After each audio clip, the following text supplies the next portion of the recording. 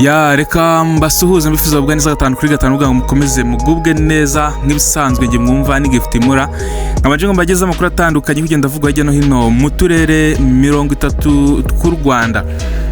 Wowe mu majyaruguru, amajyepfo, uburengerazuba, burasira bwayo n'umujyakire mu komeza ugubwe neza.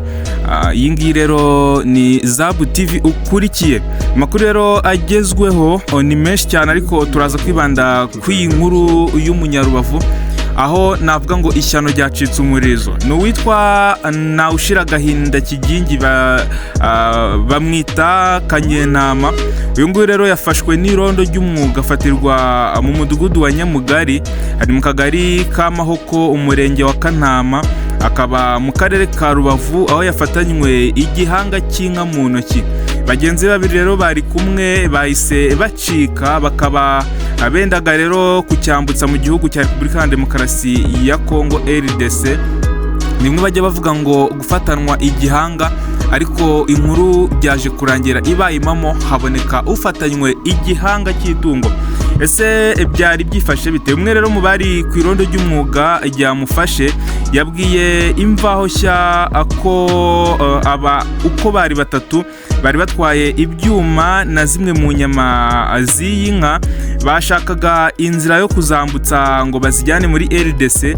Rero yaje kuba atangaza ati agifatwa yagiye kutwereka aho we na bagenzi be bagiye mu cyayi cyari hafi yahitwa mu Kiribata mu murenge wa Nyundo. Inyama zimwe barazitwara izindi bazisigaho.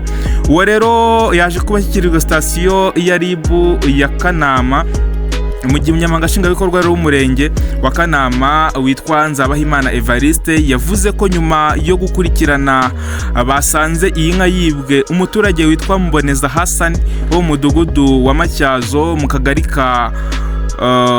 ka Rundoyi mu murenge wa Ruhango mu karere n'ubundi ka Rutsiro.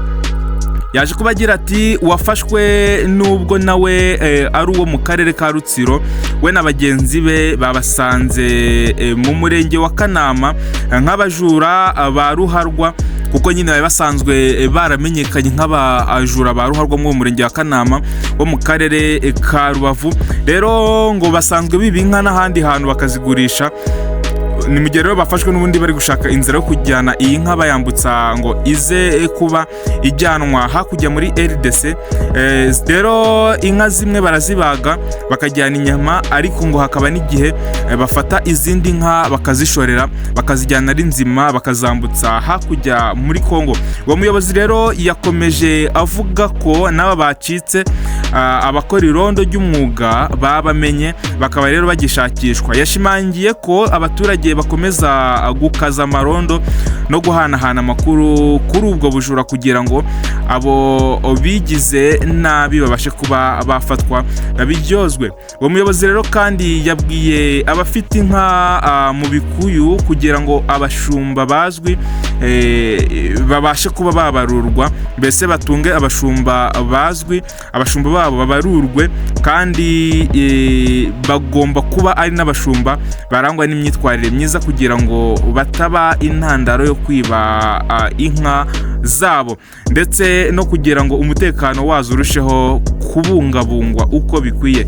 Gitifu rero Nzabahimana yasabye urubyiruko gukoresha imbaraga zarwo mu gukora ibyubaka igihugu aho kwishora mu ngeso mbi zo gushaka gutungwa n'ibyo bataruhiye, ndetse n'abakuru bagifite izo ngeso mbi bakagomba kuba bazicikaho.